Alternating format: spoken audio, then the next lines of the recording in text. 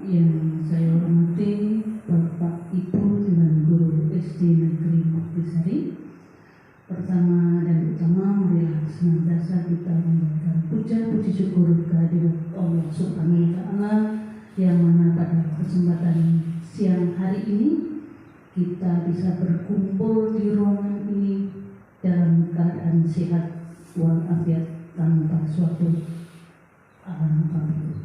Tak lupa salawat serta salam tercurah kepada junjungan kita Nabi Muhammad Sallallahu Alaihi Wasallam, serta semoga kita telah mendapatkan syafaat Yaumul Qiyamah. Allahumma amin. Ibu bapak yang saya hormati, hari ini kita berkumpul di ruangan ini yaitu dalam rangka kegiatan dari calon guru penggerak kita, yaitu beliau Ibu Nur Istanti SPDSD, di mana hari ini kegiatannya yaitu aksi nyata untuk modul 1.4, yaitu tentang budaya positif. Harapan kami nanti setelah paparan dari beliau Bu Nur Istanti, kita di sekolah bisa menerapkan apa yang menjadi atau apa budaya positif apa saja yang bisa diterapkan di SD kita. Untuk itu, mari Bapak Ibu kita dengarkan paparan dari beliau Ibu Nur Istanti. Semoga bermanfaat bagi kita semua. Allahumma amin. Waktu kami kembalikan kepada beliau Ibu Nur Istanti untuk memaparkan materi. Silakan.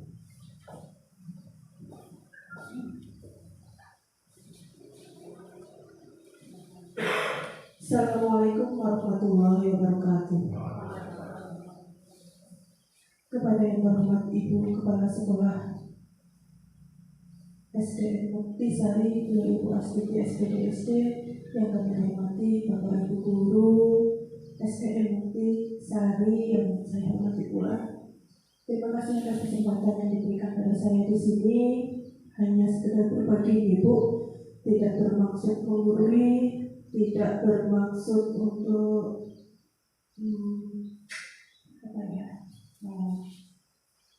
mengatakan saya lebih dari Bapak Ibu, tidak. Saya di sini juga sedang belajar bersama Bapak Ibu semuanya. Sebelumnya, marilah kita panjatkan puji syukur kehadirat Ilahi Rabbi Allah Subhanahu wa Ta'ala yang Maha Pengasih lagi Maha Penyayang, karena hanya kasih sayangnya kita bisa bersua di sini di waktu yang siang ini, waktu yang krusial menurut saya. Antara lelah Ibu, terima kasih Bapak Ibu yang bersedia ada di sini. Mudah-mudahan Allah selalu memberikan kesehatan kepada kita semua.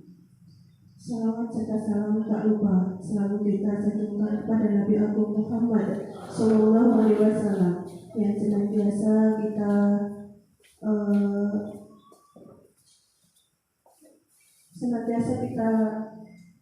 harapkan syafaatnya, dan mudah-mudahan kita termasuk golongan umatnya yang mendapat syafaat di yaumul qiyamah.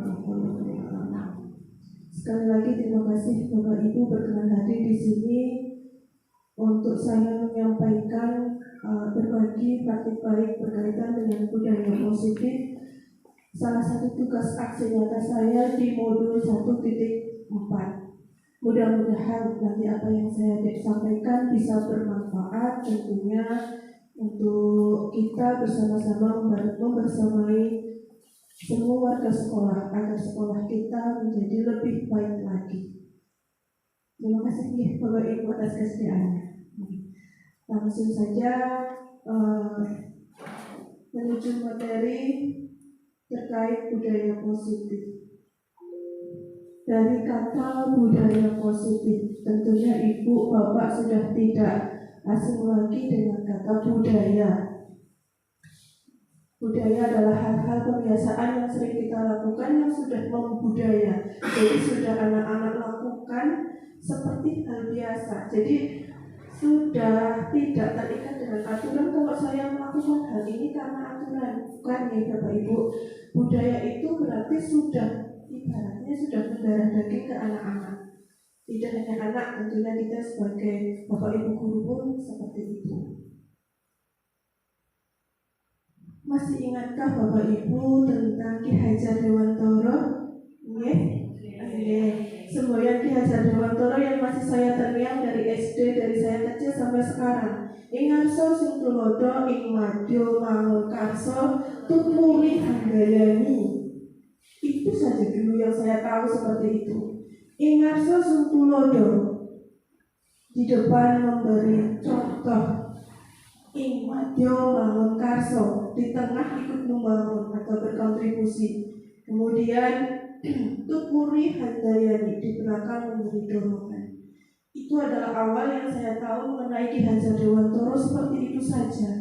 Ternyata setelah saya mengikuti kegiatan guru penggerak, materi tentang Ki Hajar Dewantara, filosofi-filosofinya, kemudian pemikiran-pemikirannya itu lebih dalam dari sekedar itu. Ada beberapa filosofinya yang diantaranya terpampang di slide, yaitu guru diibaratkan sebagai petani yang memiliki peranan penting untuk menjadikan tanamannya tumbuh subur. Kita akan memastikan bahwa tanah tempat tumbuhnya tanaman adalah tanah yang cocok untuk ditanami.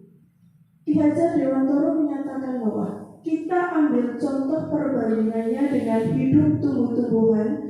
Seorang petani dalam hakikatnya sama kewajibannya dengan seorang pendidik. Yang menanam padi misalnya hanya dapat menuntun tumbuhnya padi.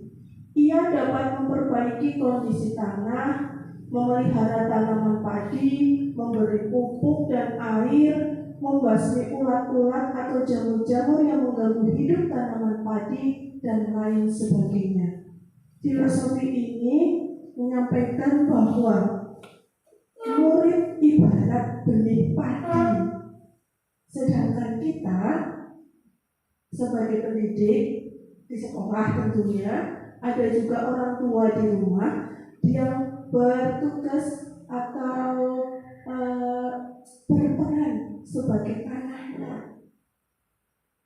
Sekolah sebagai tanahnya, kita yang berperan ini memperbaiki kondisi tanah, memelihara.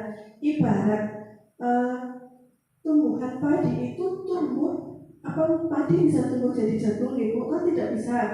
Ya padi akan tumbuhnya padi. Kita tidak bisa membuat murid kita sesuai dengan harapan kita kalau kita tidak menyediakan lahan yang baik, memperbaiki kondisi tanahnya, kemudian menuntun tumbuhnya padi, tentunya seperti itu. Jadi kita sifatnya hanya menyediakan lahan, murid yang sebagai benih padinya ditanam. Kemudian kita menyediakan lahannya di mana? Di sekolah Bapak Ibu, di kelas. Kalau di rumah berarti di lingkungan rumah. Kemudian tugas kita atau peran kita hakikatnya sebagai petaninya, dari menyirami, memberi pupuk, nyemprot, ya, kemudian membasmi ulat-ulatnya biar tumbuhannya, benihnya ini tumbuh dengan baik. Terus bagaimana kalau benihnya tidak baik? Mungkin ada pertanyaan seperti itu. Nah, benihnya tidak baik, bagaimana? Pakanannya antara kados ngaten nggih. Ya, itulah tugas agar benih itu tetap bisa tumbuh.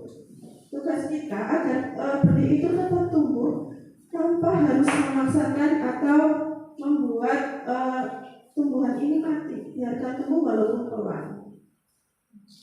Maka dari itulah, ini adalah filosofi Ki Hajar Dewantara yang benar-benar bagi saya, oh ternyata selama ini saya salah. Saya terhadap murid saya ini terlalu memaksakan. Saya ingin murid saya seperti ini. Ya, oke.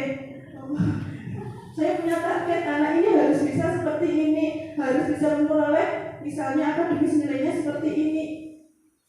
Itu menurut saya, kalau setelah mengetahui ini, keliru. Jadi yang kita perbaiki adalah lahannya, tanam kelas kita, kemudian bagaimana cara kita biar benihnya tumbuh dengan baik, dengan subur. Walaupun mungkin ini butuh proses nih Bapak Ibu. Yang namanya murid tidak mungkin kalau misalnya kita berubah total terus murid berubah, tidak. Butuh proses yang sangat panjang. Itu berkaitan dengan filosofi Ki Hajar Dewantoro yang akhirnya membuat saya mungkin dilihat Bapak Ibu ngajarnya beda. Ya, selain ini ada beberapa filosofinya, yaitu kita sifatnya hanya menuntun. Jadi anak-anak itu sudah terlahir bukan seperti kertas kosong, tetapi sudah ada sketnya.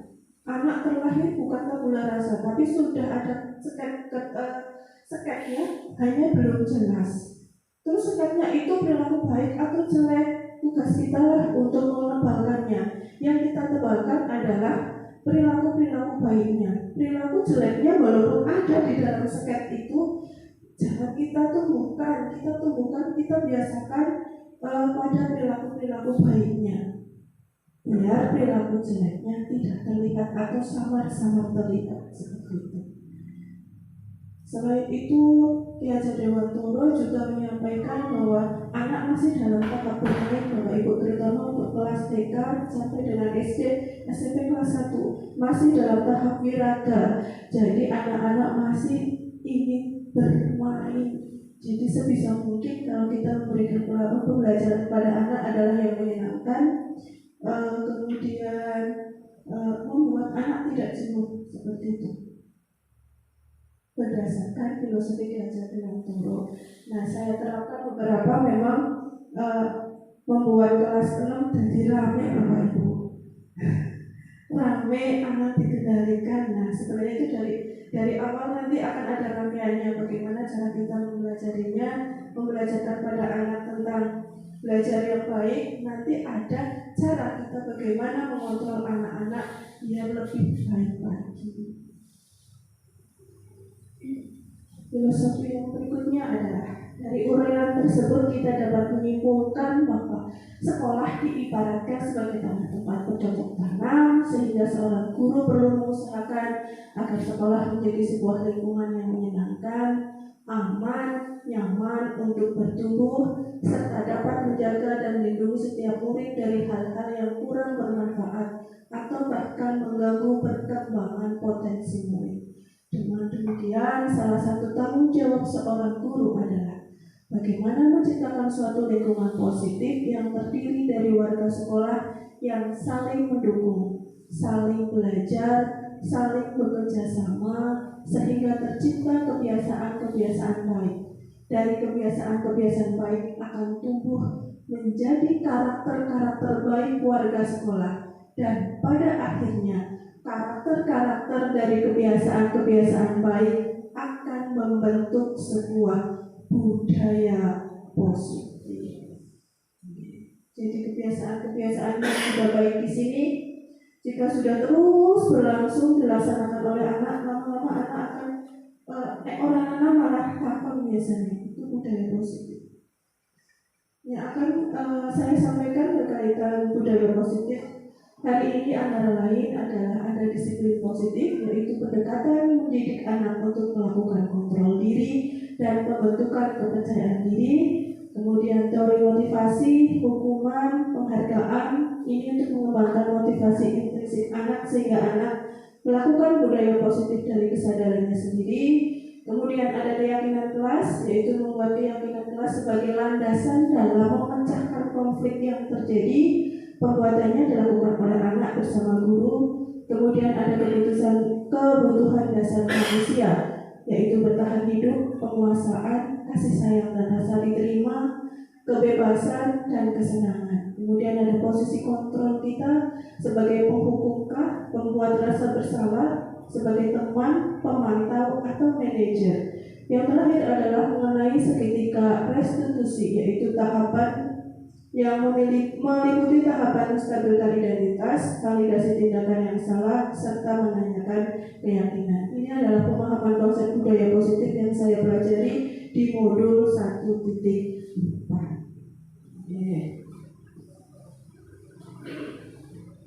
Selanjutnya yaitu mengenai disiplin positif dan nilai-nilai kebajikan universal. Sebelum ke arah sini, saya minta tolong kepada Bapak Ibu coba ada praktek genggam tangan. Seandainya di tangan Bapak Ibu itu memegang sesuatu yang paling Bapak Ibu ingin lindungi, ingin pokoknya tidak boleh lepas. Ini adalah sesuatu yang sangat penting dan sangat berharga bagi saya. Jika Bapak Ibu kepalkan tangan ingin melindunginya, kemudian ingin menjaganya, kemudian ada teman Bapak Ibu di sampingnya ini berusaha membuka, entah itu digelitik, entah itu berusaha dengan keras ini dibuka. Menurut Bapak Ibu, mau dibuka atau ditutup saja? Di dalamnya itu ada sesuatu yang banget ingin dilindungi, kemudian adalah hal yang sangat berharga. Mau dilepas atau tetap digenggam menurut Ibu dan Bapak? Tetap digenggam dong. Oke. Ada yang lain? Digenggam. Tetap digenggam. Oke. Iya. Sesuatu yang paling sangat ingin kita lindungi, kita sangat ingin kita jaga. Tentunya kan sekuat tenaga kita lindungi, kita jaga akan tetap di rapat walaupun ada godaan sana sini, ya. Nah, untuk membuka dan menutup, untuk mempertahankannya, siapa yang mengontrol itu semua? Diri sendiri. Kalau saya mau buka ya mau saya buka, saya buka. Kalau misalnya mau digenggam, berarti kan milik sendiri. Berarti yang berkehendak ingin membuka atau menutup atas diri sendiri. Ini yang disebut kontrol, Bapak Ibu. Kontrol. Ingin membuka atau menutupnya, mempertahankan sesuatu yang ingin kita hargai atau ingin membukanya. Kalau kita ingin membukanya, tentunya pasti ada banyak alasan untuk dibukanya. Kenapa harus dibuka? Makanya yang membuka adalah orang yang paling berharga juga. Misalnya saya punya sesuatu yang paling berharga, kemudian yang berusaha membuka suami saya buka, berarti kan kontrol diri saya untuk membuka, karena ada alasan. Yang berusaha membuka adalah orang terdekat saya, misalnya seperti itu. Ini adalah teori kontrol. Berdasarkan Dr. William Glasser itu menyatakan bahwa kita tidak bisa mengontrol orang lain, hanya kita yang bisa mengontrol diri kita sendiri. Kita tidak bisa mengontrol orang lain, hanya kita yang bisa mengontrol diri kita sendiri. Itu adalah teori pilihan dari Dr. William Glasser. Hal ini akan merujuk pada pembentukan budaya positif berkaitan dengan disiplin. Disiplin, menurut Ibu dan Bapak, disiplin itu apa? Rajin. Gimana? Sesuai dengan aturan. Iya, sama Bu dengan saya. Ada rajin sesuai dengan aturan. Tidak menyalahi, ya Bu, ya. Itu kata disiplin. Iya, biasanya disiplin berkaitan dengan sesuatu yang diatur. Nah, ternyata disiplin itu adalah belajar kontrol diri dengan menggali potensi kita agar tercapai tujuan mulia, yaitu sesuatu menjadi seseorang yang kita inginkan berdasarkan nilai-nilai yang kita hargai. Itu makna disiplin yang sebenarnya itu. Kontrol diri. Belajar kontrol diri dengan menggali potensi kita agar tercapai tujuan mulia, yaitu sesuatu menjadi seseorang yang kita inginkan berdasarkan nilai-nilai yang kita hargai. Nah, sebagai pendidik, kita harus mampu menciptakan anak-anak yang memiliki disiplin diri, sehingga mereka bisa berperilaku dengan mengacu pada nilai-nilai kebajikan universal dan memiliki nilai motivasi intrinsik atau menghargai diri sendiri bukan ekstrisik atau dari hukuman atau mendapatkan imbalan. Nah, di sini disampaikan nilai-nilai kebajikan universal. Nilai-nilai kebajikan universal yang dilakukan atau dilaksanakan di sekolah, terutama di sekolah dasar, adalah profil belajar Pancasila. Apa ngomong Ibu? Profil beriman dan bertakwa pada Tuhannya Esa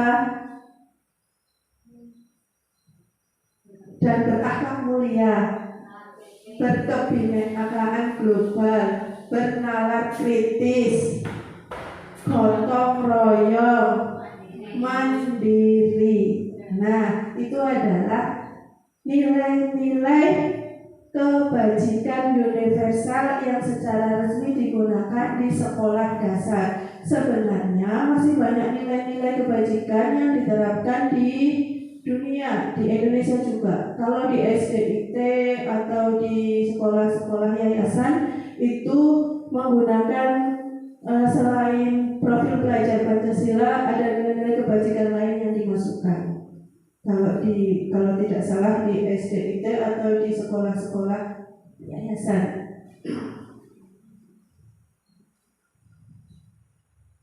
Nilai-nilai kebajikan universal yaitu nilai-nilai kebajikan yang disepakati bersama lepas dari suku bangsa, agama, bahasa maupun latar belakangnya. Nah, nilai-nilai ini merupakan payung besar dari sikap dan perilaku kita yang merupakan fondasi kita berperilaku. Nilai-nilai kebajikan adalah sifat-sifat positif manusia yang merupakan tujuan mulia yang ingin dicapai setiap individu. Nah, salah satu contoh nilai kebajikan universal yang bisa diterapkan di sekolah yaitu profil belajar Pancasila. Beriman bertakwa kepada Tuhan Yang Maha Esa dan berakhlak mulia, mandiri, bernalar kritis, berkebinekaan global, bergotong royong, dan kreatif. Tujuan mulia dari penerapan disiplin positif adalah agar terbentuk murid-murid yang berkarakter, berdisiplin, santun, jujur, peduli, bertanggung jawab, dan merupakan pembelajar sepanjang hayat sesuai dengan standar kompetensi lulusan yang diharapkan. Nah, kebetulan kemarin pada saat modul 1.3 saya merumuskan visi untuk kelas saya, yaitu mengembangkan rasa percaya diri pada siswa sehingga terbentuk murid yang karakter percaya dirinya. Kalau percaya diri itu masuk ke bertanggung jawab, Ibu, berkarakter, memiliki rasa percaya diri. Percaya diri itu saya tanamkan kepada siswa dikarenakan awal mula saya melihat siswa kelas 6 ini masuk kelas 6. Kalau disuruh maju, belum ada yang mau. Disuruh tunjuk tangan, belum ada yang mau. Jadinya saya merumuskan visi untuk meningkatkan kepercayaan diri. Setelah saya beberapa kali melakukan itu kepada anak-anak, ada beberapa anak yang sudah mulai tumbuh percaya dirinya, tapi malah seperti khawatir. Ada yang over, Bu, kepercayaan dirinya, jadi harus tetap kita kontrol. Ada yang over, jadi ada yang terlalu over sehingga jadi penguasa di kelas. Jadi itu perlu penanganan khusus. Jadi setiap ada misalnya temannya ada yang tidak misalnya harus bertugas, bagus sih Bu, langsung magang. Jadi misalnya tadi upacara banyak yang tidak berangkat, sekarang sudah agak cepat ada anak-anak yang mau magang. Tapi ya itu terkadang over. Berikutnya berkaitan dengan teori motivasi, hukuman, dan penghargaan serta restitusi. Ada teori motivasi di sini. Setiap perilaku disiplin memiliki tujuan. Semua perilaku disiplin mempunyai tujuan. Tujuan inilah yang akan memotivasi manusia untuk berubah. Menurut Dr. William Glasser, teori motivasi itu ada 3. Menghindari hukuman, mendapatkan imbalan, dan untuk menghargai diri sendiri. Nah, kira-kira putra-putri Bapak Ibu di kelas ini memiliki motivasi yang keberapa dari 3 ini? Apakah kalau mereka patuh untuk menghindari hukuman? Apakah mereka patuh untuk mendapatkan imbalan? Atau mereka untuk menghargai diri sendiri? Jadi ada 3 motivasi Ibu Bapak. Motivasi inilah iya, tetapi teori motivasi itu menghindari hukuman atau menghindari ketidaknyamanan. Hal ini akan teridentifikasi jika ada pertanyaan, apa yang akan terjadi apabila saya tidak melakukannya? Ini tidak pada hanya murid Bapak Ibu, terjadi juga pada saya. Jadi saya belajar, termasuk belajar untuk diri saya. Selama ini motivasi saya apa sih? Misalnya berangkat ke sekolah harus asik, kenapa sih? Melakukan disiplin, kenapa sih? Motivasinya apa? Apakah motivasi untuk menghindari hukuman dari sekolah atau dari ibu kepala sekolah, atau untuk mendapatkan imbalan? Kalau mendapatkan imbalan ini akan ada pertanyaan, apa yang akan saya dapat jika saya melakukannya? Yang ketiga, untuk menghargai diri sendiri atau motivasi intrinsik, yaitu melakukan sesuatu karena nilai-nilai yang saya yakini dan saya hargai, ingin menjadi orang yang melakukan nilai-nilai yang saya yakini tersebut. Tidak pada murid, sekarang saya kembali pada diri saya sendiri. Dari ketiga motivasi ini, saya koreksi diri. Motivasi yang selama ini saya lakukan, misalnya berangkat ke sekolah, mengajar, kemudian belajar bersama siswa, melakukan pekerjaan. Apa sih motivasi saya sebenarnya?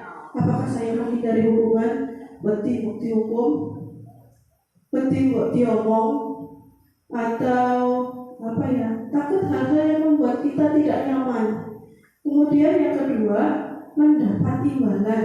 Apakah saya melakukan ini hanya untuk mendapat imbalan, mendapatkan pujian? Kemudian motivasi yang ketiga adalah menghargai diri sendiri. Untuk menghargai diri sendiri yaitu melakukan sesuatu karena memang nilai-nilai kebaikan yang harus saya jaga pada diri saya sendiri. Ini kalau terjadi pada saya. Dan motivasi saya yang ke 1, 2, 3 ini dikorek-korek selama ini aku ngapa ya? Ternyata saya awal-awal masih ke cenderung yang pertama. Apakah itu juga terjadi pada murid-murid saya ya? Murid-murid saya apakah takut dengan saya? Apakah murid-murid takut dengan hukuman jika misalnya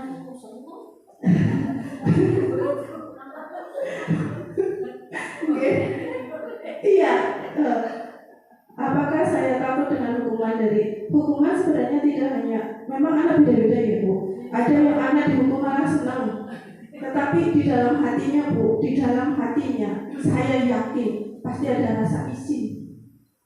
Di dalam hatinya pasti ada rasa kecewa. Iya, aku dihukumani. Itu pasti Bu, itu pasti, karena anak-anak yang seperti itu memiliki kebutuhan dasar yang belum terpenuhi. Kembali kepada diri saya, awal mula saya memiliki motivasi untuk menghindari hukuman, menghindari motivasi untuk menghindari bukti omong kayak gitu.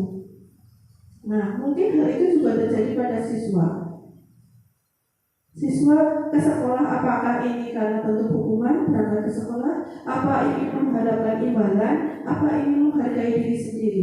Saya tes kelas 6 Bu, saya tanya, apa motivasi kalian berangkat ke sekolah? Jawabannya apa Bu? Agar dapat uang saku, termasuk ulung Bu. Dia jujur sekali. Kalau saya tidak berangkat, saya tidak dapat uang saku Bu. Berarti motivasimu ke sekolah uang saku? Iya. Dia dengan tegas menjawab seperti itu, tanpa ada rasa malu sedikit pun. Iya, anak-anak kelas 6 sebagian besar seperti itu. Ada sedikit yang menyampaikan benar-benar ingin belajar, ada memang. Malah kalau anak-anak putri masih seperti itu. Kalau anak putra, motivasinya seperti itu. Nah, bagaimana cara kita untuk bisa membimbing anak-anak ini agar motivasinya yang tadinya mengharap imbalan atau menghindari rasa hukuman menjadi motivasi yang ketiga, menghargai diri sendiri. Jadi memang benar-benar dari dalam hatinya, sekolah ya pengen sekolah gitu. Agak sulit memang Bapak Ibu.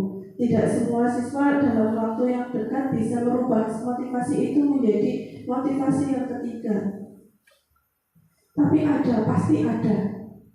Itu pasti ada. 1-2 anak pasti ada. Kalau motivasi yang ketiga sudah hadir di dalam diri siswa, insya Allah anak-anak ke sekolah itu dengan rasa senang, tanpa ada rasa beban, tanpa ada rasa takut, tanpa juga mengharap suatu imbalan. Karena ternyata nanti ada lipat dari berikutnya, imbalan atau penghargaan ataupun bentuk hadiah itu sebenarnya ada konsekuensinya. Jadi sebenarnya memberikan terus berbagai penghargaan juga tidak baik untuk siswa-siswi kita.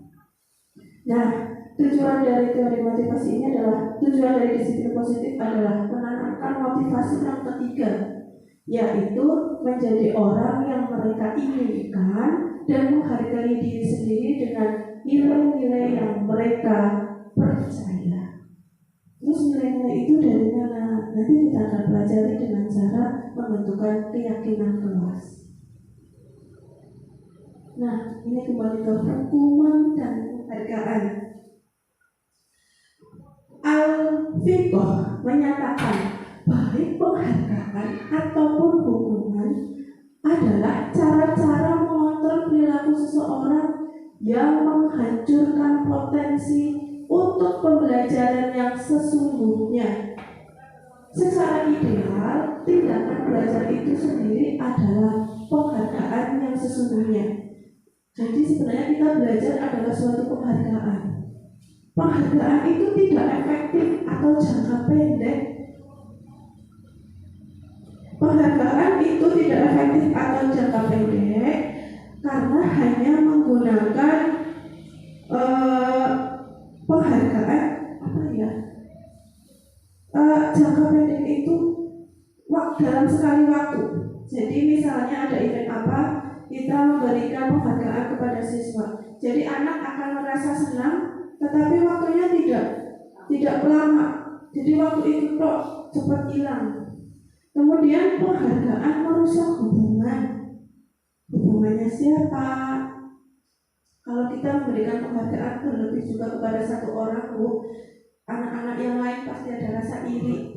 Nah, rasa iri itu yang nanti bisa merusak. Apalagi kalau ada teman dekat soulmate, sisi diutang-utang atau dipuji oleh gurunya, yang satu tidak, itu pasti ada kecemburuan.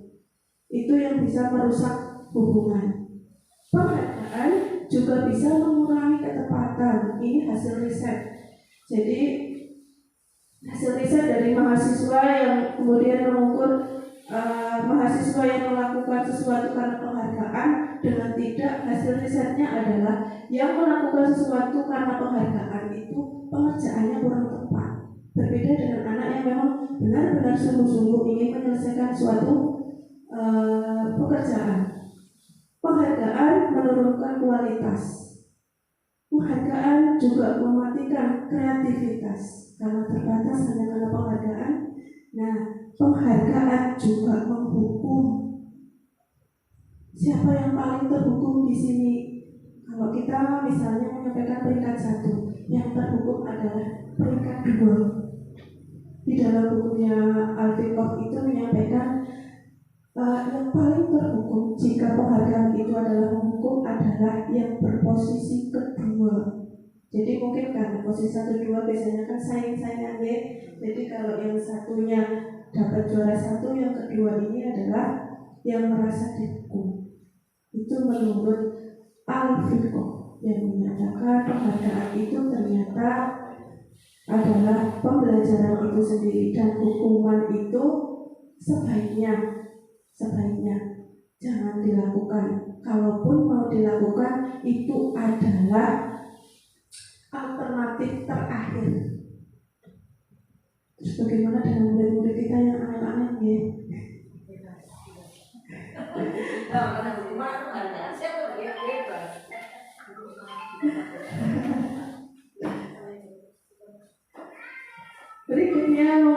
restitusi. Restitusi adalah sebuah pendekatan untuk menciptakan disiplin positif. Restitusi juga merupakan proses menciptakan kondisi bagi murid untuk memperbaiki kesalahan mereka, sehingga mereka bisa kembali pada kelompok mereka dengan karakter yang lebih kuat. Yang ketiga, proses kolaboratif yang mengajarkan murid untuk mencari solusi untuk masalah dan membantu murid berpikir tentang orang seperti apa yang mereka inginkan dan bagaimana mereka harus memperlakukan orang lain. Restitusi ini adalah tindak lanjut jika kita menemui anak-anak yang tadi, yang bagaimana kalau diatasi sangat sulit, bagaimana dengan hukuman, katanya tidak boleh dengan hukuman. Ini adalah salah satu langkah untuk bisa mengatasi anak-anak tersebut. Ciri-ciri restitusi. Ciri-ciri restitusi yang membedakannya dengan program disiplin lainnya adalah restitusi bukan untuk menebus kesalahan, namun untuk belajar dari kesalahan. Restitusi memperbaiki hubungan. Restitusi adalah tawaran, bukan paksaan. Restitusi menuntut untuk melihat ke dalam diri. Restitusi mencari kebutuhan dasar yang mendasari tindakan. Restitusi diri adalah cara yang paling baik, serta restitusi berfokus pada karakter, bukan tindakan. Restitusi menguatkan, restitusi fokus pada solusi, dan restitusi mengembalikan murid yang berbuat salah pada kelompoknya. Jadi kalau kita menemui anak-anak yang berperilaku kurang baik, alangkah baiknya kita bisa melaksanakan dengan cara restitusi. Salah satunya dipanggil di suatu ruangan, bisa mulai melaksanakan restitusi. Di dalam restitusi ini ada kita memancing siswa dengan pertanyaan, biar siswa itu bisa mengeluarkan unek-uneknya. Kemudian kita bisa mengidentifikasi kebutuhan apa sih sebenarnya yang dia tidak terpenuhi kok sampai melakukan hal tersebut. Nah, dari situlah nanti akan teridentifikasi masalahnya. Kemudian kita bisa memancing dengan pertanyaan-pertanyaan yang bisa membuat anak kembali pada keyakinannya. Jadi anak kembali ke kelompoknya tidak dengan rasa malu, tidak dengan rasa bahwa harga diri saya sudah direndahkan, misalnya seperti itu. Nah, untuk bisa melaksanakan restitusi tentunya kita harus bisa membuat keyakinan kelas dulu. Kalau dulu kita mengatakan peraturan kelas, nah sekarang ada keyakinan kelas. Kalau angkatan sebelumnya menyampaikan kesepakatan kelas, angkatan mulai dari angkatan saya berubah menjadi keyakinan kelas. Mengapa keyakinan kelas? Bukan peraturan. Mengapa kita memiliki peraturan tentang penggunaan helm pada saat mengendarai motor, misalnya? Kemungkinan jawaban kita adalah untuk keselamatan. Satu, itu jawaban yang paling tepat menurut saya. Kalau mungkin ada alasan orang lain mengapa kita harus pakai helm, hindari tilangan. Tetapi tentunya helm memiliki fungsi utama melindungi kepala kita, yaitu untuk keselamatan. Nah, nilai-nilai keselamatan inilah yang kita sebut sebagai suatu keyakinan, yaitu nilai-nilai kebajikan universal yang disepakati secara tersirat dan tersurat, lepas dari latar belakang suku, negara, bahasa maupun agama. Seseorang akan lebih tergerak untuk menjalankan keyakinannya daripada hanya sekedar mengikuti peraturan tertulis tanpa makna. Murid-murid pun demikian. Mereka perlu mendengarkan dan memahami arti sesungguhnya tentang peraturan-peraturan yang diberikan. Apa nilai kebajikan di balik peraturan tersebut? Apa tujuan utamanya? Dan menjadi tidak tertarik atau takut sehingga hanya sekedar mengikuti serangkaian peraturan yang mengatur mereka tanpa memahami tujuan mulianya. Nah, keyakinan kelas ini sebaiknya dibentuk di kelas Bapak Ibu semuanya sebagai standar kita nanti bisa melakukan restitusi. Jika ada masalah, nanti kita bisa kembalikan ke keyakinan kelas. Keyakinan kelas ini siapa yang buat? Siswa bersama Bapak Ibu gurunya. Bagaimana caranya? Kalau di kelas saya kemarin, saya membuat keyakinan kelasnya. Yang pertama, apa saja yang sebenarnya ingin saya perbaiki di dalam kelas ini. Misalnya kelasnya itu selalu kotor Bapak Ibu ya. Anak-anak itu kalau keluar tanpa alas kaki, masuk itu sudah kotor sekali di kaos kakinya. Nah, kemudian ada juga yang senang membuang sampah di dalam loker. Kemudian ada juga yang senang gawe layang-layang itu Bu, pakai kertas.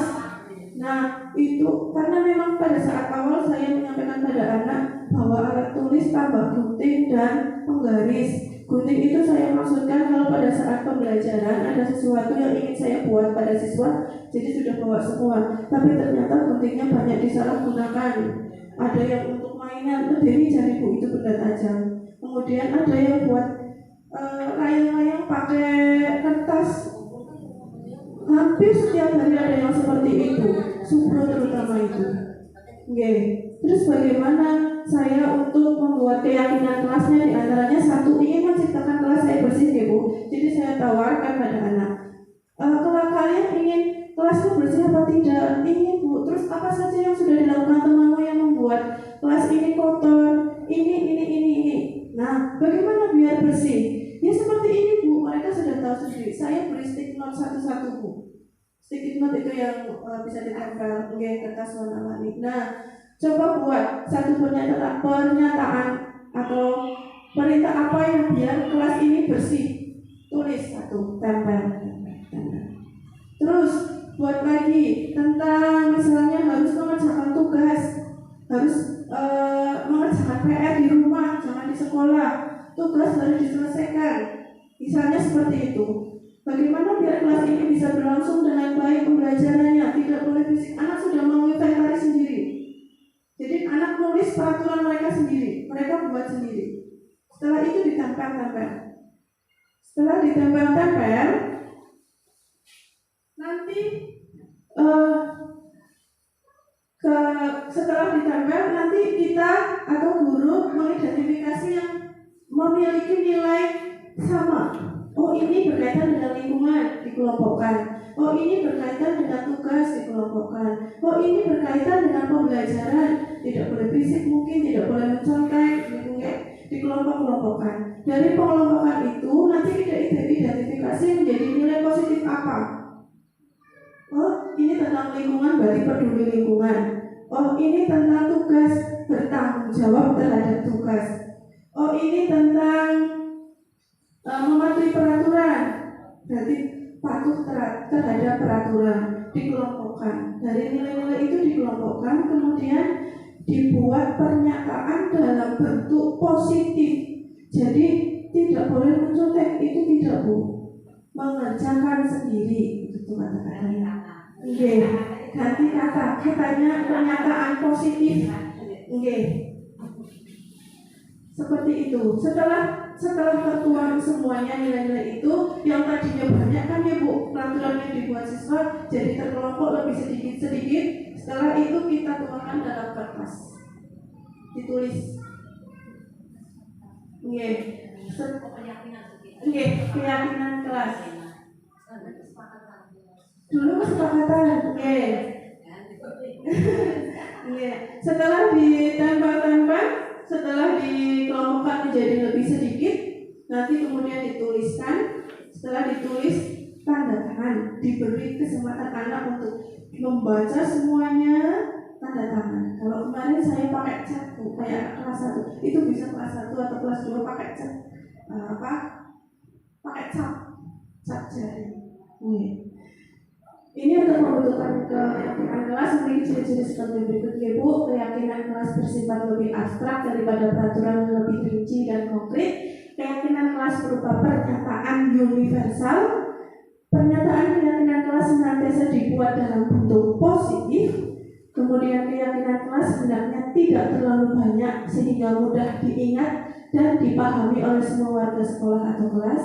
Keyakinan kelas sebaiknya sesuatu yang dapat diterapkan di lingkungan tersebut. Semua warga sekolah atau kelas hendaknya ikut berkontribusi dalam pembuatan keyakinan kelas melalui kegiatan curah pendapat. Yang terakhir, bersedia meninjau kembali keyakinan kelas dari waktu ke waktu. Jadi tidak paten harus dari awal sampai akhir itu saja. bisa sewaktu-waktu ditambah. Atau mungkin kalau kita mau melaksanakan part atau pas, kita bisa buat keyakinan baru lagi, keyakinan apa yang akan kita sepakati pada saat pelaksanaan pas. Atau kita misalnya mau berdiskusi, kita akan membuat keyakinan belajar namanya. Pada saat itu kita belajar diskusi, berarti apa saja yang harus kita sepakati.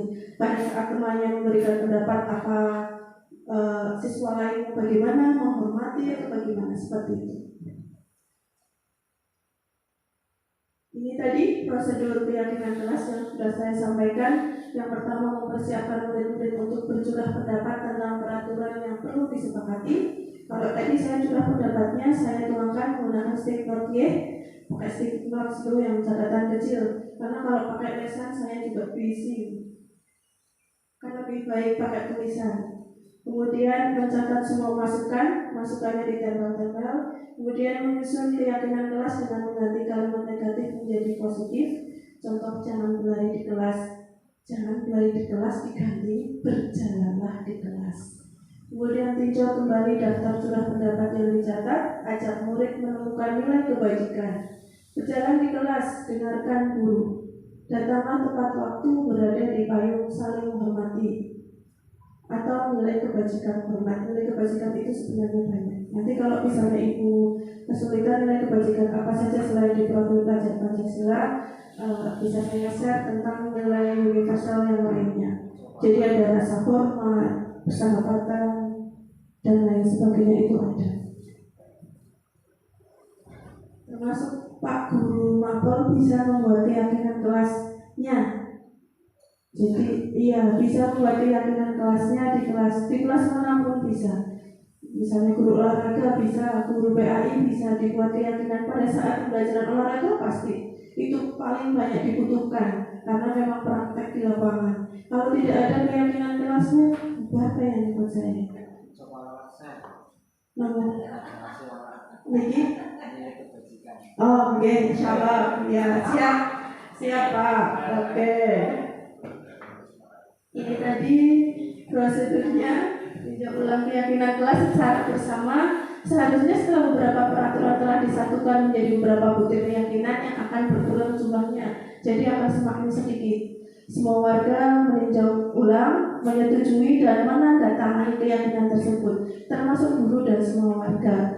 Diletakkan di dinding, ya Allah, diletakkan di dinding kelas yang mudah dilihat semua warga kelas. Mohon dimaklumi Ibu, tulisannya. Ini yang sudah pernah saya praktikkan di kelas. Jadi setelah anak-anak bercurah pendapat, menempelkan pendapatnya. Setelah ditempelkan, dikelompokkan. Setelah dikelompokkan, dibaca ulang dulu sama siswa. Setelah itu saya tuangkan dalam kertas, kemudian ditandatangani. Saya tidak menandatangani, tapi saya menggunakan cat finger, itu cat untuk jari. Itu bisa kalau pada saat pas dilakukan, mudah-mudahan bisa sedikit mengurangi. Berproseslah Bapak Ibu. Tidak setelah saya membentuk keyakinan ini tidak ada masalah, tidak ada saja. Tetapi bagaimana cara nanti kita mengatasinya? Saya kembalikan biasanya keyakinan kelas siapa yang membuat. Kemudian terus kalau kamu melakukan seperti itu sesuai tidak dengan keyakinan kelas? Tidak. Yang kamu langgar yang nomor berapa? Seperti itu. Jadi anak tahu diri sebenarnya. Terus yang membuat keyakinan kelas siapa? Itu kembali kepada anak. Ini berproses, tidak bisa dalam waktu singkat bisa berubah semuanya. Sudah ada yang berubah dari anak-anak putri misalnya, kemudian anak putra juga ada sebagian yang sudah. Walaupun ya terkadang ada yang belum.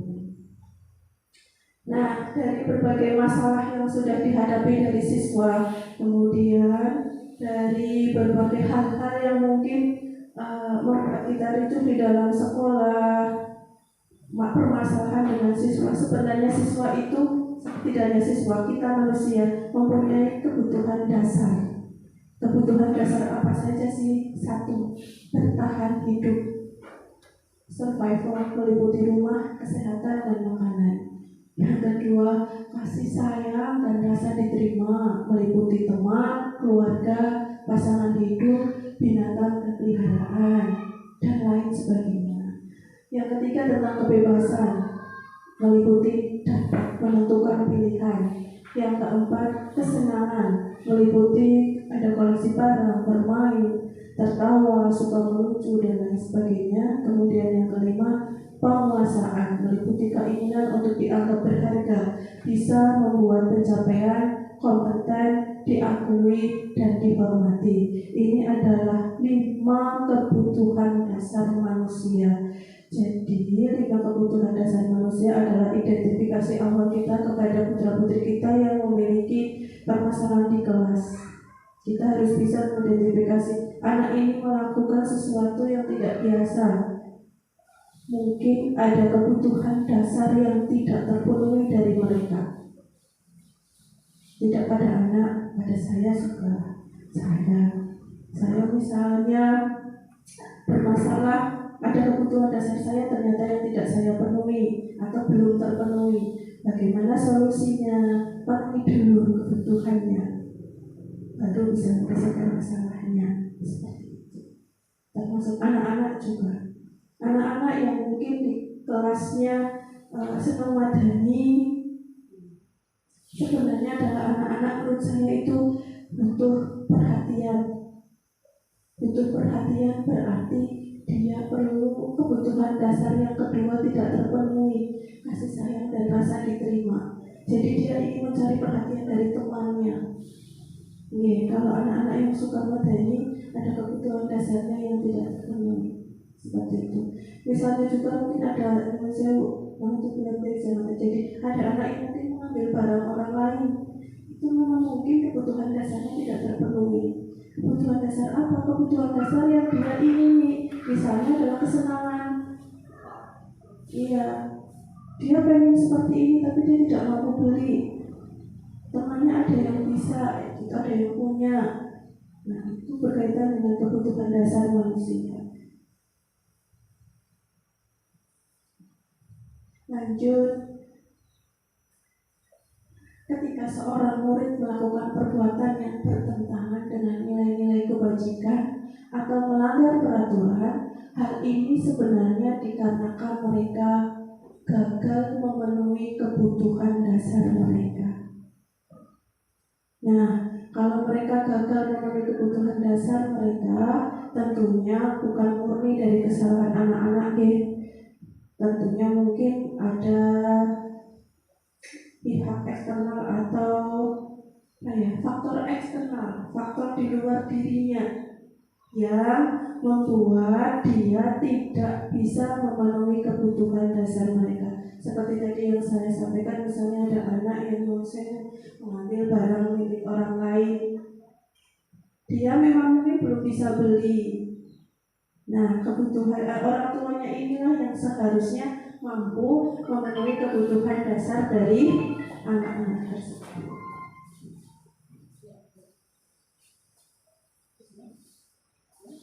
Berikutnya kita akan belajar mengenai 5 posisi kontrol dalam restitusi. Dalam restitusi itu ada 5 posisi kontrol. Kalau yang Bapak Ibu guru sudah membuka PMM sudah sampai belakang atau bahkan yang sudah ikut IKM, tentunya akan tahu mengenai restitusi. Di dalam restitusi kita berperan jadi 5. Tinggal pilihan kita mau ambil kontrol yang mana. Yang pertama adalah penghukum, yang kedua adalah teman, yang ketiga pembuat merasa bersalah, yang keempat pemantau, yang kelima manajer. Pada saat kita melakukan restitusi atau mau menyelesaikan masalah bersama anak, kita akan melakukan restitusi. Kita mau berperan sebagai apa? Sebagai penghukum kah? Kalau kita sudah menyampaikan, kamu selalu saja salah, kalau sudah ada kata-kata itu keluar, itu berarti kita sudah berposisi di kontrol penghukum, guru penghukum namanya. Tetapi kalau kita misalnya mau menyelesaikan dengan anak-anak dengan kata-kata antara lain, jadi dikasihnya adalah, ya sudah, sekarang tidak apa-apa, nanti Bu Guru bantu bereskan, nanti Bu Guru bantu. Nah, kita sudah memposisikan sebagai teman kontrolnya. Kemudian yang ketiga, membuat merasa bersalah. Ini pernah saya lakukan Bapak Ibu. Bahwa berapa kali guru harus bilang sama kamu, atau misalnya anak membuat ramai di kelas. Kebetulan ibu kepala sekolah masuk misalnya, kelas 6 ramai baik kan ya. Nah, saya masuk pernah menyampaikan, kelas 6 apa tidak ada kasihan dengan bu guru ditegur terus sama ibu kepala sekolah. Nah, itu posisi kontrol saya adalah membuat merasa bersalah pada siswa. Jadi main bocah merasa salah itu sebenarnya juga tidak baik. Tidak boleh. Ya, kalau umpamanya ya, itu di kelas saya kan ada yang istimewa ya. Itu kan memang ininya selalu ini diperhatikan. Ya, di tempat ngaji juga itu sering anak-anak itu sering melaporkan bahwa di tempat ngaji itu bapak enggak dan selalu menakuti temannya sehingga di tempat ngaji jadi gaduh kayak gitu. Itu saya kan yang menasihati walaupun itu terjadi di tempat pengajian, tapi saya kan ya dilakukan anak saya berusaha yang mencari solusi gitu. Itu umpamanya saya ya memberikan saran mengaji walaupun itu gurunya kan di sekolah, tapi kan kamu juga di sekolah itu memberikan saran, kamu jangan berbuat menakuti, terus mestinya kamu mentaati peraturan di sekolah gitu Pak. Itu tidak Bu. Itu masih bagus Ibu memberikan saran. Belum tidak membuat anak merasa bersalah. Merasa bersalah ini seolah-olah kayak melimpahkan kesalahan pada siswa Ibu. Seperti tadi yang saya sampaikan. Kalau caranya itu Bu, kamu suka apa ya? Apa kamu gak kasihan sama bu guru kayak gitu? Misalnya seperti itu. Orang malas sama bu guru. Seperti itu. Kalau ada kata-kata seperti itu berarti seolah-olah bocah ini salah, orang malas sama bu guru. Nah itu yang membuat merasa bersalah. Tetapi tadi yang disampaikan ibu kan memberikan saran. Bahkan itu terjadi di luar. Ibu sudah memberikan saran pada anak yang walaupun terjadi di luar, tapi ibu memberikan saran luar biasa Ibu. Itu bukan membuat bersalah. Tapi kamu tak rasa yang guru kan bicara terus sudah memberikan saran terus, sudah itu guru dan sahabatnya kamu kasihan justru anak kan, berarti itu bukan dari ibu yang menyampaikan merasa bersalah kepada siswanya. Berarti ibu bukan sebagai pembuat merasa bersalah. Menurut saya ibu masuk ke yang pemantau. Apa yang telah kamu lakukan? Ibu kan memberi saran. Nah, saran itu yang hanya sekedar saran kan Bu, tidak sampai memberikan solusinya. Ya saya paling tidak jangan nggak usah cari bulan, kamu belajar kasih yang baik. Oke, berarti ibu sudah memberikan solusi. Berarti malah ibu sudah di posisi kelima, manajer. Ibu berposisi sebagai manajer, yaitu memberikan solusi kepada anak agar bisa melakukan yang lebih baik lagi, tidak melakukannya lagi. Tetapi ibu tadi tidak membuat merasa bersalah. Kalau yang membuat merasa bersalah itu langsung, misalnya saya kepada siswa, bukan itu kan tadi yang membuat orang malas kalau guru, itu kan siswa, bukan posisi ibu. Ibu sudah bagus masuk ke posisi manajer, 5 posisi kontrol dalam institusi. Jadi ada yang membuat merasa bersalah. Ini yang pernah saya lakukan, kesalahan yang sudah pernah saya lakukan. Kemudian ada pemantau. Pemantau itu sifatnya hanya memberi saran, mengingatkan dan memberikan konsekuensinya, tapi tidak memberikan ke solusi. Tetapi kalau manajer itu awal mula seperti teman, kemudian menjadi pemantau, karena menjadi teman pemantau memberikan solusi, dia akan berhasil menuju ke posisi manajer. Nah, guru tidak bisa memilih dari 1, 2, 3, 4, 5 ini. Saya di kasus ini akan menjadi kontrol penghukum. Pada kasus ini menjadi teman. Tidak. Sebaiknya kita sudah sampai di posisi manajer. Kalau ada permasalahan, diselesaikan sampai memberikan solusi. gitu. Kalau pemantau itu paling hanya mengingatkan sampai memberikan saran dan mengingatkan kembali konsekuensinya. Jadi kalau tadi ada hukuman, mungkin dianulir lagi menjadi ada konsekuensi. Gitu. Bagus Ibu sudah sampai ke tingkat manajer. Kalau yang ini jelas Ibu 5 posisi kontrol dalam restitusi. Sebagai penghukum, insya Allah tidak ada yang di sini. Kemudian sebagai teman, biasanya ada, karena merasa dekat dengan siswa. Jadi kalau ada permasalahan kita bisa menyampaikannya seperti rasa teman. Tetapi itu ada kekurangannya. Jadi anak tergantung dan jarak antara guru dengan siswa jadi kurang layak ya, kurang ya, tidak ada batas yang baik. Kemudian pembuat merasa bersalah, ini seolah-olah membuat salah pada siswa, jadi bocor apa salah baik. Kemudian sebagai pemantau berarti kita hanya memberikan saran, kemudian memberikan konsekuensi jika dalam keyakinannya itu memang diterapkan konsekuensinya. Yang terakhir sebagai manajer sampai dengan solusi. Itu 5 kontrol dalam restitusi. Nah, ini jadi 3 restitusi terkait dengan penyelesaian suatu masalah. Ada validasi tindakan yang salah, menanyakan keyakinan, dan menstabilkan identitas. Dari menstabilkan identitas dulu biasanya, atau kita memvalidasi tindakan yang salah dulu, baru menanyakan keyakinan, terus memberikan solusi. Ini adalah segitiga restitusi yang sebaiknya kita gunakan pada saat menyelesaikan suatu permasalahan bersama siswa.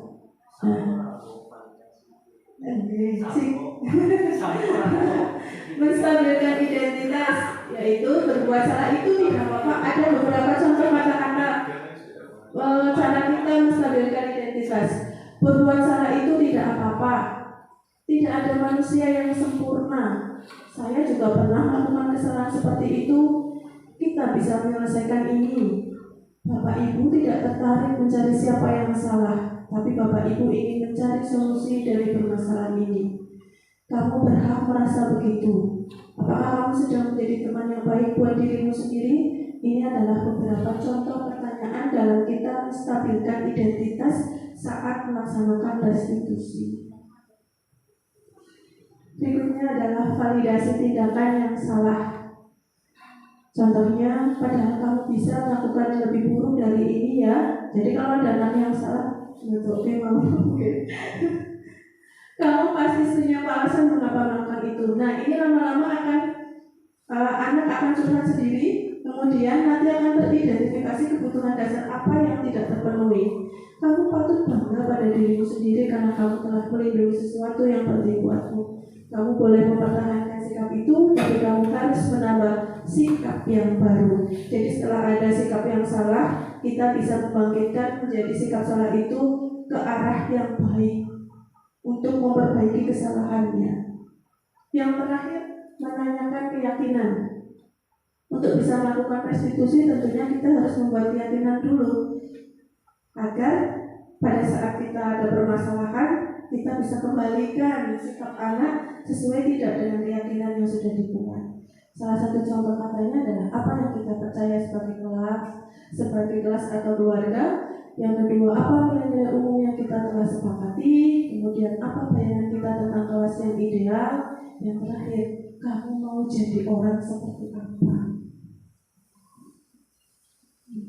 Kalau sudah sampai kata kamu mau jadi orang seperti apa, nanti saya pernah menanyakan itu pada Revaldi karena gelut kali Arya. Belum dijawab, anaknya nangis, padahal saya ya tidak mendetik-detik. Saya cewek, saya tanya seperti itu nangis. Tadinya nggak mau minta maaf Bu, jadi masih marah ngomong gue. Iya, pada akhirnya yaitu dia mau menurunkan egonya untuk meminta maaf seperti itu. Karena Aryanya masih buru-buru nangis, jadi dikepuk. Aku berikutnya tidak tahu permasalahannya. Namun dengan nangis, kemudian saya panggil Revaldi, tidak saya harusnya kan minggir nih Bu, ya minggir di tempat yang tidak di depan teman-teman yang lain. Tapi pada saat itu krusial karena tadi sudah menulis burung-burung di sana. Saya hanya tanya, ada apa? Kenapa? Terus saya kembalikan dia dengan apa yang sudah kamu langgar. Pada akhirnya pada saat saya menanyakan, kamu mau jadi apa kalau kamu suruh menulis seperti itu? Nangis Bu jawabannya. Tidak terjawab tapi dia nangis. Yang tadinya masih muas-muas, dia nangis. Terus kamu nangis kenapa? Juga tidak mau jawab. Kemudian saya kembalikan. Saya menangkapnya dia menangis karena merasa bersalah. Kalau kamu merasa bersalah, coba minta maaf. Belum mau juga. Saya nunggu sampai bisa 10 menit. Dia di depan saya terus 10 menit. Sudah ada dia minta maaf sendiri Bu, saya mau minta maaf seperti itu.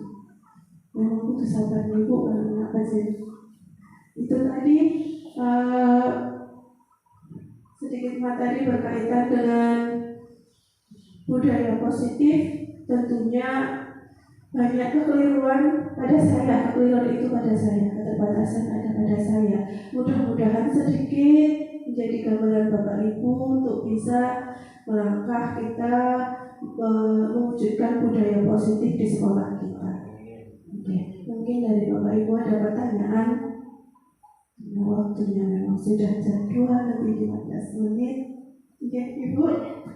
Tadi maaf saya tidak mengikuti secara penuh, tapi tadi saya sempat mengikuti tentang penghargaan dan pengumuman. Jadi untuk saat sekarang memang penghargaan dan pengumuman itu tidak boleh atau penghargaan, Ibu. Itu saat ini sudah boleh atau tidak tentang penghargaan? Sebenarnya penghargaan itu masih sah-sah saja asal kita satu. Menurut saya ya Bu, tidak memberikan kalau kamu bisa seperti ini, kamu akan dapat ini. Iya. Tapi kalau penghargaan itu kita berikan setelah anak melakukan, misalnya kalau anak itu tidak apa-apa menurut saya. Tapi kalau penghargaan itu kita berikan, kita jadi motivasi anak. Jadi dulu itu yang menurut saya tidak boleh. Dan sepengetahuan saya di K13 kemarin juga sudah tidak diizinkan untuk menyampaikan peringkat sebenarnya. Tetapi tetap saja yang namanya wali murid pengen tahu posisi murid anaknya di mana, seberapa mungkin bagi mereka takaran anak bisa atau tidak adalah hasil akademiknya. Tapi setelah saya mengikuti program guru penggerak ini, saya berubah mindsetnya Bapak Ibu. Jadi bukan ke arah akademik tapi soft skillnya. Memang sekolah kalau mau melaksanakan seperti itu, prestasinya akan turun. Jadi akan ada yang namanya suatu sekolah kan berkesinambungan dari kelas 1 hingga 3. Kalau memang sekolah itu bertekad ingin menjadi sekolah yang sukses, kata instruktur Bu, saya menyampaikan apa yang disampaikan instruktur seperti itu. Jika memang benar-benar mau melakukan perubahan, itu konsekuensi awal jangan pernah melihat prestasi kelas sekolah dulu. Jadi pasti akan ada kurva turunnya dulu. Anjlok, akademiknya akan anjlok. Nah, nanti kalau sudah berkesinambungan dari kelas 1 sampai kelas 6 berlaku 2 sampai 3 tahun itu akan ada kurva naiknya. Gitu. Jadi kalau menurut saya, kalau mindset saya sudah berubah bukan lagi pada pendidikan akademik itu penting, sangat penting. Tetapi soft skill juga menurut saya lebih penting karena itu mematangkan anak kelak nanti iya, begitu. Jadi yang namanya anak-anak itu sudah ada di tahapan-tahapannya untuk kelas. Kalau tidak keliru, tahapan kita di SD adalah wiraga. Jadi kita lebih banyak wiraga berarti banyak gerak, jadi banyak praktiknya. Menurut saya seperti itu. Nah nanti pada saat di SMP, SMA baru ke arah kognitifnya. Gerak yang positif dalam pembelajaran. Oke, betul.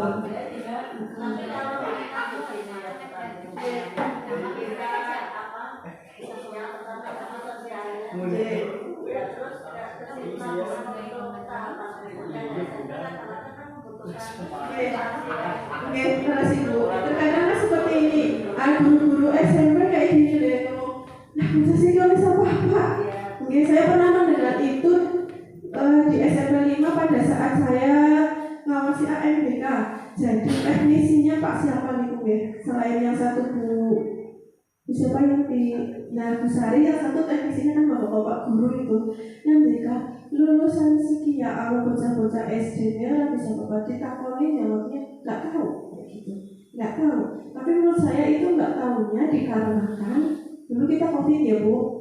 Ya selain COVID, kalau kita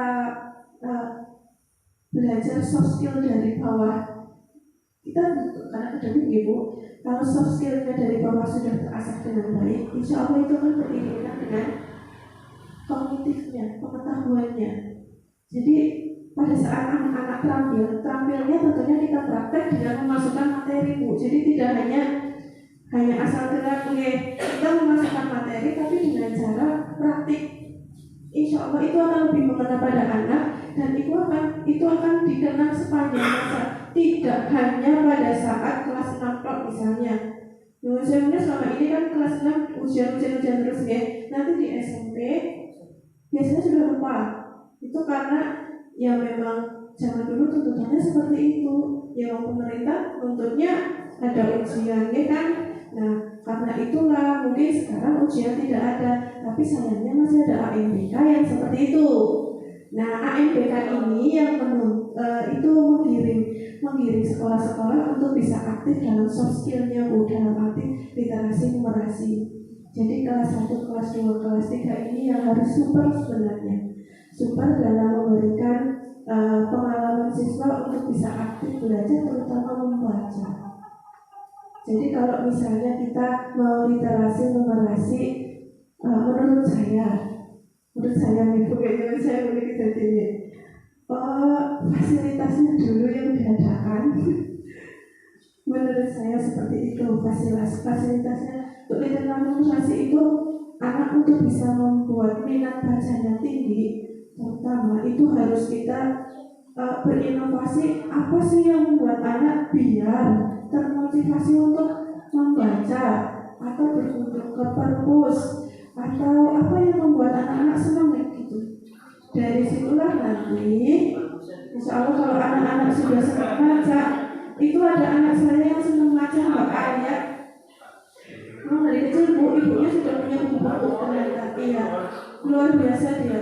Jadi tidak hanya kecerdasan dia dalam memahami bacaan, tapi dia gambar perfect Bu dia menurut saya.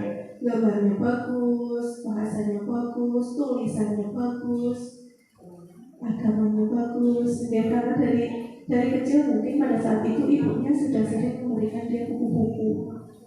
Oke, jadi mungkin kalau kita mau menarik perhatian siswa, buku-buku menarik apa yang akan kita sediakan untuk siswa agar siswanya mampu termotivasi untuk membaca.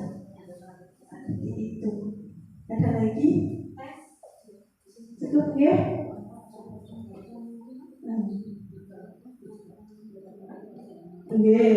Pojok baca, digalakkan, tetapi tidak hanya sebagai pojok baca, digunakan. Iya. Iya.